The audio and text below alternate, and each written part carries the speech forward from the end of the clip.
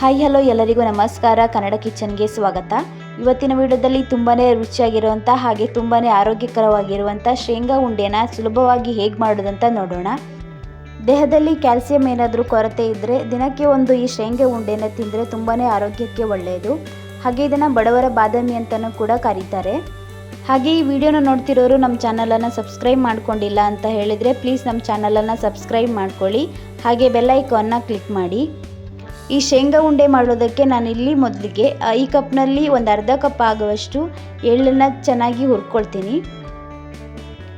ಇದನ್ನು ಲೋ ಫ್ಲೇಮಲ್ಲಿಟ್ಟು ಚೆನ್ನಾಗಿ ಹುರ್ಕೊಳ್ಳಿ.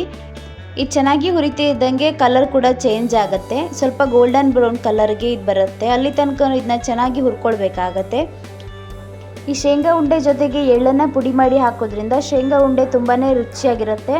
ಹಾಗೆ ಎಳ್ಳಿಂದನೂ ಕೂಡ ನಮ್ಮ ಆರೋಗ್ಯಕ್ಕೆ ತುಂಬಾ ಒಳ್ಳೆಯದು ಎಳ್ಳು ತಿನ್ನೋದ್ರಿಂದ. ಇವತ್ತಿನ ವಿಡಿಯೋದಲ್ಲಿ ನಾನು 2 ರೀತಿಯ ಶೇಂಗಾ ಉಂಡೆನ ಮಾಡ್ಕೊಳ್ತಿದ್ದೀನಿ. ಮೊದಲಿಗೆ ನಾನು ಕಡಲೆ ಬೀಜಕ್ಕೆ ನಾನು ಎಳ್ಳನ್ನು ಸೇರಿಸ್ಕೊಂಡು ಮೊದಲಿಗೆ ಒಂದು ರೀತಿ ಶೇಂಗಾ ಉಂಡೆನ ಮಾಡ್ಕೊಳ್ತಿದ್ದೀನಿ. ಹಾಗೆ ಇನ್ನೊಂದು ರೀತಿ ಕಡಲೆ ಬೀಜನ ಮಾತ್ರ ಹಾಕಿ ನಾನು ಶೇಂಗಾ ಉಂಡೆನ ಮಾಡ್ಕೊಳ್ತಿದ್ದೀನಿ. ಈಗ ಎಳ್ಳನ್ನು ಚೆನ್ನಾಗಿ ಹುರ್ಕೊಂಡಾಗಿದೆ. ಇದನ್ನ ನಾನು ತೆಗೆದಿಟ್ಕೊಳ್ತೀನಿ. ನಂತರ ಅದೇ ಪಾತ್ರೆಗೆ ಈ ಕಪ್ನಲ್ಲಿ 1 ಕಪ್ ಆಗುವಷ್ಟು ಕಡಲೆ ಬೀಜನ ಹಾಕಿ ಹುರ್ಕೊಳ್ತೀನಿ. ಈ ಕಡಲೆ ಬೀಜನೂ ಚೆನ್ನಾಗಿ ಮೀಡಿಯಮ್ ಮತ್ತು ಲೋ ಫ್ಲೇಮಲ್ಲಿ ಇಟ್ಟೆ ಹುರ್ಕೊಳ್ಳಿ.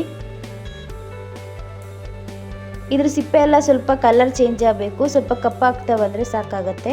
ಹಾಗೆ ಸಿಪ್ಪೆ ಕೂಡ ಈಸಿಯಾಗಿ ಬಿಡಿಸ್ಕೊಳ್ಳೋದಕ್ಕೆ ಬರುತ್ತೆ ಇದನ್ನ ಚೆನ್ನಾಗಿ ಹುರಿದಾಗ. ಈಗ ಈ ಕಡಲೆ ಬೀಜನ ಚೆನ್ನಾಗಿ ಹುರ್ಕೊಂಡಾಗಿದೆ. ಇಷ್ಟ ಆದರೆ ಸಾಕು. ಈಗ ನಮಗೆ ತುಂಬಾ ಸುಲಭವಾಗಿ ಸಿಪ್ಪೆನ ಬಿಡಿಸೋದಕ್ಕೆ ಬರ್ತಾ ಇದೆ. ಇಲ್ಲಿ ನಾನು ಎಲ್ಲ ಸಿಪ್ಪೆನ ಬಿಡಿಸ್ಕೊಂಡು ಈ ಕಡಲೆ ಬೀಜನ ಒಂದು 2 ಭಾಗ ಮಾಡ್ಕೊಂಡಿದ್ದೀನಿ. ಹಾಗೆ ಇದಕ್ಕೆ ಬೇಕಾಗಿರುವಂಥ ಬೆಲ್ಲನ ನಾವು ರೆಡಿ ಮಾಡ್ಕೊಳ್ಬೇಕಾಗತ್ತೆ. ಮೊದಲಿಗೆ ಶೇಂಗಾ ಉಂಡೆ ಮಾಡೋದಕ್ಕೆ ನಾನು ಇಲ್ಲಿ ಈ ರೀತಿ ಉಂಡೆ ಬೆಲ್ಲನ ತೊಗೊಂಡಿದ್ದೀನಿ ಒಂದು. ಹಾಗೆ ಇದನ್ನೇ ಸ್ವಲ್ಪ ಚಾಕುವಿಂದನೇ ಈ ರೀತಿ ಪುಡಿ ಮಾಡ್ಕೊಳ್ತಿದ್ದೀನಿ. ಈಗ ನಾನು ಈ ಕಪ್ನಲ್ಲಿ ಒಂದು 3/4 ಕಪ್ ಆಗುವಷ್ಟು ಬೆಲ್ಲನ ರೆಡಿ ಮಾಡ್ಕೊಂಡಿದ್ದೀನಿ. ಹಾಗೆ ಎಳ್ಳನ್ನು ಕೂಡ ಚೆನ್ನಾಗಿ ಹುರಿದಿಟ್ಕೊಂಡಿದ್ದೀನಿ. ನಂತರ ನಾನು ಇದನ್ನ ಪುಡಿ ಮಾಡ್ಕೊಳ್ತೀನಿ.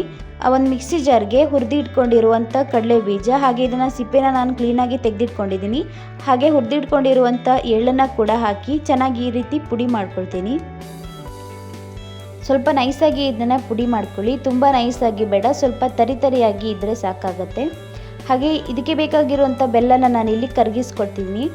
ಕರಗಿಸೋದಕ್ಕೆ ನಾನಿಲ್ಲಿ ಮೊದಲಿಗೆ ಸ್ಟವ್ ಆನ್ ಮಾಡಿ ಒಂದು ಫ್ರೈ ಪ್ಯಾನ್ನ ಇಟ್ಕೊಂಡಿದ್ದೀನಿ. ಅದಕ್ಕೆ 3/4 ಕಪ್ ಆಗುವಷ್ಟು ಬೆಲ್ಲನ ಹಾಕಿ ಅದಕ್ಕೆ ಒಂದು 1/4 ಕಪ್ ಆಗುವಷ್ಟು ನೀರನ್ನು ಹಾಕಿ ಬೆಲ್ಲನ ಚೆನ್ನಾಗಿ ಕರಗಿಸ್ಕೊಳ್ತೀನಿ. ಈ ಬೆಲ್ಲ ಪಾಕ ಬರೋದೇನು ಬೇಡ, ಸ್ವಲ್ಪ ಚೆನ್ನಾಗಿ ಕರಗಿದ್ರೆ ಸಾಕಾಗತ್ತೆ. ನಾನಿಲ್ಲಿ ಬೆಲ್ಲನ ಕರಗಿಸ್ಕೊಂಡಿದ್ದೀನಿ. ಈಗ ಇದಕ್ಕೆ 1 ಟೀ ಸ್ಪೂನ್ ಆಗುವಷ್ಟು ತುಪ್ಪನ ಹಾಕ್ತಿದ್ದೀನಿ. ಸ್ವಲ್ಪ ತುಪ್ಪನ ಹಾಕೋದ್ರಿಂದ ಶೇಂಗಾ ಉಂಡೆ ಮಾಡೋದಕ್ಕೆ ತುಂಬ ಸುಲಭ ಆಗುತ್ತೆ. ಈಗ ಬೆಲ್ಲ ಚೆನ್ನಾಗಿ ಕರಗಿದೆ. ಈ ಬೆಲ್ಲ ಪಾಕ ಬರೋದು ಬೇಡ, ಸ್ವಲ್ಪ ಚೆನ್ನಾಗಿ ಕರಗಿದ್ರೆ ಸಾಕು. ಈಗ ಇದಕ್ಕೆ ನಾನು ಕಡಲೆ ಬೀಜ ಹಾಗೆ ಎಳ್ಳನ್ನು ಪುಡಿ ಮಾಡಿ ಇಟ್ಕೊಂಡಿರೋದನ್ನು ಹಾಕ್ತಿದ್ದೀನಿ. ಇದನ್ನು ಹಾಕಿ ಚೆನ್ನಾಗಿ ಮಿಕ್ಸ್ ಮಾಡಿ. ಆಗ ಬೆಲ್ಲ ಜೊತೆಗೆ ಕಡಲೆ ಬೀಜ ಹಾಗೆ ಎಳ್ಳು ಪುಡಿ ಎಲ್ಲ ಚೆನ್ನಾಗಿ ಹೊಂದ್ಕೊಳ್ಬೇಕು. ಅಲ್ಲಿ ತನಕ ಇದನ್ನ ಚೆನ್ನಾಗಿ ಮಿಕ್ಸ್ ಮಾಡ್ಕೊಳ್ತಾ ಇರಬೇಕಾಗತ್ತೆ.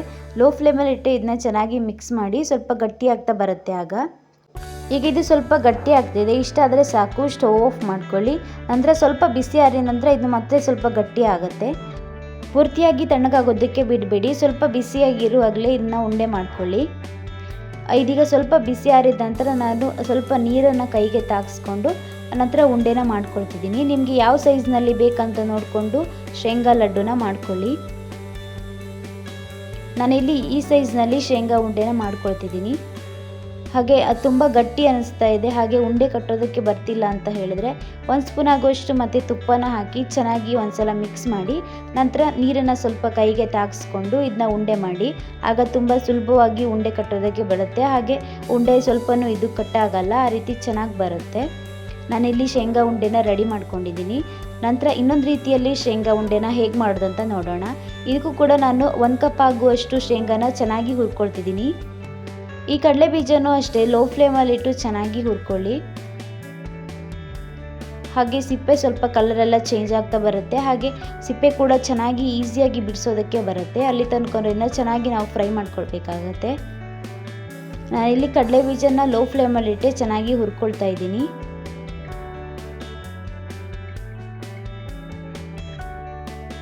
ಈಗ ಇದು ಹುರಿದಾಗಿದೆ, ಸ್ಟವ್ ಆಫ್ ಮಾಡ್ಕೊಳ್ತೀನಿ. ಹಾಗೆ ಸ್ವಲ್ಪ ಬಿಸಿ ಆರಿದ ನಂತರ ಇದ್ರ ಸಿಪ್ಪೆನೆಲ್ಲ ಚೆನ್ನಾಗಿ ಬಿಡಿಸಿ ರೆಡಿ ಮಾಡಿ ಇಟ್ಕೊಂಡಿದ್ದೀನಿ. ಹಾಗೆ ಸಿಪ್ಪೆನ ಬಿಡಿಸಿ ಈ ಕಡಲೆ ಬೀಜನ 2 ಭಾಗವಾಗಿ ಮಾಡಿ ಇಟ್ಕೊಂಡಿದ್ದೀನಿ. ನಾವು ಕೈಯಲ್ಲೇ ಇದ್ರೆ ಸಿಪ್ಪೆನ ಈಸಿಯಾಗಿ ಬಿಡಿಸ್ಕೊಳ್ಬೋದು.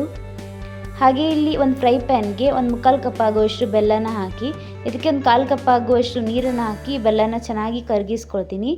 ಇದಕ್ಕೆ ನಾವು ಬೆಲ್ಲನ ಪಾಕ ಮಾಡ್ಕೊಳ್ಬೇಕಾಗತ್ತೆ. ಆ ಶೇಂಗಾ ಉಂಡೆಗೆ ಬೆಲ್ಲ ಪಾಕ ಮಾಡೋದೇನು ಬೇಕಾಗಿಲ್ಲ, ಹಾಗೆ ಉಂಡೆನ ಮಾಡ್ಕೊಳ್ಬೋದು. ಆದರೆ ಈ ಶೇಂಗಾ ಉಂಡೆ ಮಾಡೋದಕ್ಕೆ ಚೆನ್ನಾಗಿ ಬೆಲ್ಲ ಪಾಕ ಆಗಬೇಕು. ಈಗ ಇದಕ್ಕೆ ನಾನು ಒಂದು ಅರ್ಧ ಟೀ ಸ್ಪೂನ್ ಆಗುವಷ್ಟು ತುಪ್ಪನ ಹಾಕಿ ಚೆನ್ನಾಗಿ ಮಿಕ್ಸ್ ಮಾಡ್ಕೊಳ್ತೀನಿ. ಹಾಗೆ ಇದ್ರ ಪಾಕ ತೆಗಿಬೇಕಾದ್ರೆ ನಾವು ಚಿಕ್ಕಿಗೆಲ್ಲ ಯಾವ ರೀತಿ ಬೆಲ್ಲದ ಪಾಕ ತೆಗಿತೀವೋ ಅದೇ ರೀತಿ ಇದಕ್ಕೂ ಕೂಡ ಬೆಲ್ಲದ ಪಾಕ ಮಾಡ್ಕೊಳ್ಬೇಕಾಗತ್ತೆ. ಪಾಕ ಬಂದಿದೆ ಅಂತ ಚೆಕ್ ಮಾಡಬೇಕಾದ್ರೆ ಒಂದು ಸ್ವಲ್ಪ ನೀರಿಗೆ ಈ ರೀತಿ ಒಂದು ಸ್ವಲ್ಪ ಬೆಲ್ಲದ ಪಾಕನ ಹಾಕಿ ಚೆನ್ನಾಗಿ ಇದು ಸ್ಪ್ರೆಡ್ ಆಗಬಾರ್ದು. ಹಾಗೆ ಶಬ್ದ ಕೂಡ ಈ ರೀತಿ ಬರಬೇಕಾಗತ್ತೆ. ಆಗ ಮಾತ್ರ ಬೆಲ್ಲದ ಪಾಕ ರೆಡಿಯಾಗಿದೆ ಅಂತ ಅರ್ಥ. ಆಗ ನಾವು ಕಡಲೆ ಬೀಜನ ಹಾಕಿ ಚೆನ್ನಾಗಿ ಮಿಕ್ಸ್ ಮಾಡ್ಕೊಳ್ಬೋದು. ಈಗ ಬೆಲ್ಲದ ಪಾಕ ರೆಡಿಯಾಗಿದೆ. ಈಗ ಅದಕ್ಕೆ ನಾನು ಕಡಲೆ ಬೀಜನ ಹಾಕಿ ಚೆನ್ನಾಗಿ ಮಿಕ್ಸ್ ಮಾಡ್ಕೊಳ್ತೀನಿ. ಹಾಗೆ ಇದು ಈಗ ಮಿಕ್ಸ್ ಮಾಡಿದ ನಂತರ ತುಂಬ ಗಟ್ಟಿ ಆಗೋದು ಬೇಡ, ಸ್ವಲ್ಪ ಪಾಕ ಥರನೇ ಹಾಗೆ ಇರಲಿ. ಸ್ವಲ್ಪ ಬಿಸಿ ಆರಿದ ನಂತರ ಇದು ಮತ್ತೆ ತಣ್ಣಗಾಗತ್ತೆ, ಆದ್ದರಿಂದ ಗಟ್ಟಿ ಆಗುತ್ತೆ. ಹಾಗೆ ಇದನ್ನು ಕೂಡ ಸ್ವಲ್ಪ ಇರುವಾಗಲೇ ನಾವು ಉಂಡೆನ ಮಾಡ್ಕೊಳ್ಬೇಕಾಗತ್ತೆ. ಅದು ಚೆನ್ನಾಗಿ ಇದು ಬಿಸಿ ಆರಿದ ನಂತರ ತಣ್ಣಗಾದ ನಂತರ ನಾವು ಉಂಡೆ ಮಾಡೋದಕ್ಕೆ ಹೋದರೆ ಅದು ಉಂಡೆ ಬರಲ್ಲ, ಹಾಗೆ ತುಂಬಾ ಗಟ್ಟಿ ಆಗಿಬಿಟ್ಟಿರುತ್ತೆ. ಅದರಿಂದ ಸ್ವಲ್ಪ ಬಿಸಿ ಇರುವಾಗಲೇ ಇದನ್ನ ಚೆನ್ನಾಗಿ ಉಂಡೆ ಮಾಡೋದಕ್ಕೂ ಬರುತ್ತೆ. ಹಾಗೆ ನಾವು ಉಂಡೆ ಕಟ್ಕೊಳ್ಬೇಕಾಗತ್ತೆ ಬಿಸಿ ಇರುವಾಗಲೇ. ಈಗ ಈ ರೀತಿ ಪಾಕ ಮಾಡ್ಕೊಂಡಿದ್ದೀನಿ, ಇಷ್ಟಾದರೆ ಸಾಕು. ಈಗ ಸ್ಟವ್ ಆಫ್ ಮಾಡ್ಕೊಳ್ಳಿ. ಹಾಗೆ ಇದು ಸ್ವಲ್ಪ ಬಿಸಿ ಆರಲಿ. ಬಿಸಿ ಆರಿದ ನಂತರ ನಾವು ಉಂಡೆನ ಮಾಡ್ಕೊಳ್ಳುವ. ಇದು ತುಂಬಾ ಬಿಸಿ ಆರೋದಕ್ಕೆ ಬಿಡಬೇಡಿ, ಸ್ವಲ್ಪ ಬಿಸಿ ಆರಿದರೆ ಸಾಕಾಗತ್ತೆ. ಇಲ್ಲಿ ನಾನು ಸ್ವಲ್ಪ ಬಿಸಿ ಇರುವಾಗಲೇ ಉಂಡೆನ ಮಾಡ್ಕೊಳ್ತಿದ್ದೀನಿ. ಹಾಗೆ ಸ್ವಲ್ಪ ಬಿಸಿ ಇರೋದ್ರಿಂದ ಕೈಗೆ ಸ್ವಲ್ಪ ನೀರನ್ನು ತಾಗಿಸ್ಕೊಂಡು ನಂತರ ಉಂಡೆ ಮಾಡ್ಕೊಳ್ಳಿ. ಆಗ ಸುಲಭವಾಗಿ ನಮಗೆ ಶೇಂಗಾ ಉಂಡೆ ಮಾಡೋದಕ್ಕೆ ಬರುತ್ತೆ. ಈ ರೀತಿ ನಾನು ಶೇಂಗಾ ಉಂಡೆನ ಮಾಡ್ಕೊಳ್ತಿದ್ದೀನಿ. ಈ 2 ರೀತಿಯ ಶೇಂಗಾ ಉಂಡೆ ತಿನ್ನೋದಕ್ಕಂತೂ ತುಂಬಾ ರುಚಿಯಾಗಿರುತ್ತೆ. ಹಾಗೆ ಮಾಡೋದು ಕೂಡ ತುಂಬಾ ಸುಲಭ. ಹಾಗೆ ಆರೋಗ್ಯ ಕೂಡ ತುಂಬಾ ಒಳ್ಳೆಯದು ಈ ಶೇಂಗಾ ಉಂಡೆ. ಇದನ್ನು ನಾವು ಕ್ಯಾಲ್ಸಿಯಂ ಏನಾದರೂ ದೇಹದಲ್ಲಿ ಕೊರತೆ ಇದ್ದರೆ ಒಂದು ತಿಂದರೆ ದಿನಕ್ಕೆ ತುಂಬಾ ಉಪಯೋಗ ಆಗುತ್ತೆ ದೇಹಕ್ಕೆ. ಇಲ್ಲಿ ನಾನು ಎಲ್ಲ ಶೇಂಗಾ ಉಂಡೆನೂ ರೆಡಿ ಮಾಡಿ ಇಟ್ಕೊಂಡಿದ್ದೀನಿ. ಹಾಗೆ ನೋಡೋದು ಕೂಡ ತುಂಬಾ ಚೆನ್ನಾಗಿ ಕಾಣಿಸ್ತಾ ಇದೆ. ಹಾಗೆ ರುಚಿ ಕೂಡ ಅಷ್ಟೇ ಚೆನ್ನಾಗಿರುತ್ತೆ. ಮಕ್ಕಳಿಗಂತೂ ತುಂಬಾ ಇಷ್ಟ ಆಗುತ್ತೆ ಈ ಶೇಂಗಾ ಉಂಡೆ. ಒಂದ್ಸಲ ನೀವು ಕೂಡ ಮನೆಯಲ್ಲಿ ಟ್ರೈ ಮಾಡಿ. ಹಾಗೆ ಹೇಗೆ ಬಂದಿದೆ ಅಂತ ಕಮೆಂಟ್ ಮಾಡಿ.